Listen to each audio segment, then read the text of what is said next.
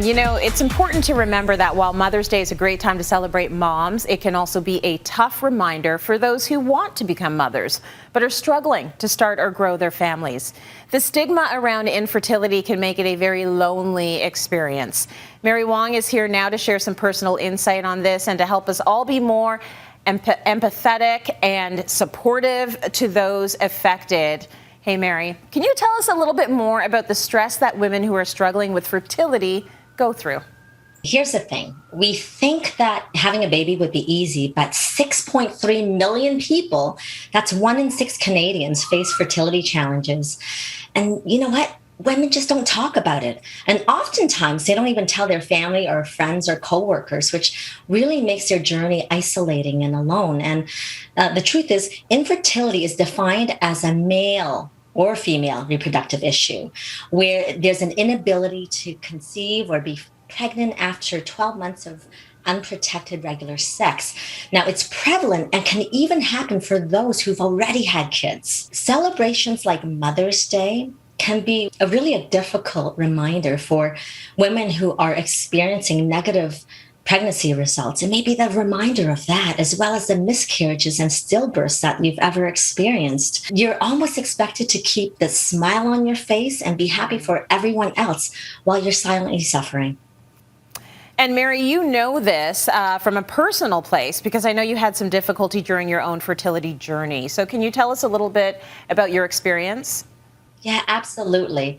It was really a shock by the age of 40 when I found out that I had blocked fallopian tubes that were irreversible, which meant I wasn't able to conceive naturally. So instead of remaining silent, though, I decided that, even though I had fear of judgment, but I felt it really necessary to step outside of my comfort zone and share my fertility challenges. I had walked through this pathway to pregnancy, which was a 6-year difficult journey where we conceived and had our child. But to all those mothers in waiting, we just want you to know that you're in our thoughts today for Mother's Day and that there is hope. One of the first things I actually tell patients is to not label themselves as infertile or use the word infertility altogether. I prefer to say fertility challenged because it basically indicates that it's a moment in time and it's not a permanent place. How can we be more supportive and empathetic towards women who are dealing with fertility challenges? So, no matter if it's your sister or daughter or neighbor or coworker, please don't make the assumption that they're not trying to have kids because they don't want to or they're too busy to, because it's a private matter. People just don't talk about it. So resist the temptation to ask, when are you having a baby, or why don't you have kids, right? And then if you know they are trying, please don't say just relax, or you can always adopt, or your kids are always a pain in the butt anyway, something like that. So like Tracy, have you ever been asked to relax when you're mad?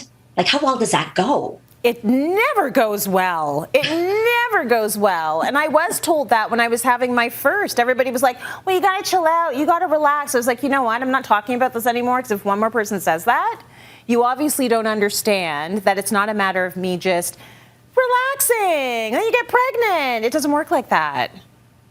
That's right. So not so helpful. And for someone like me, like literally, I could just relax as much as I can, and there's no way the egg and sperm would meet, right? Mm-hmm. So instead, here's what one can say. I'm here for you. I can lend an ear and know that I'll be supportive. And you know what? If you're really having a hard time, maybe I can send you a meal.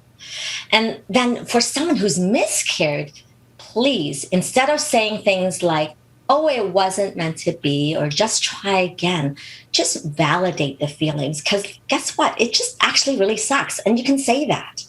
And there's not much that you can say to really help. And again, just say, you know what? I'm here for you, and I'll be here to listen if you need, right?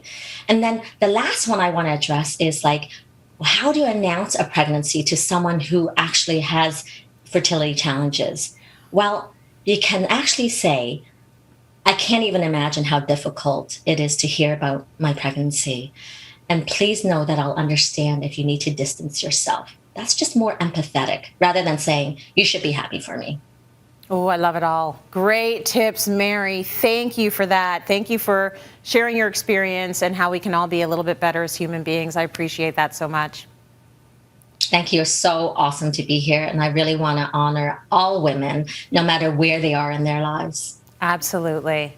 Thank you for that.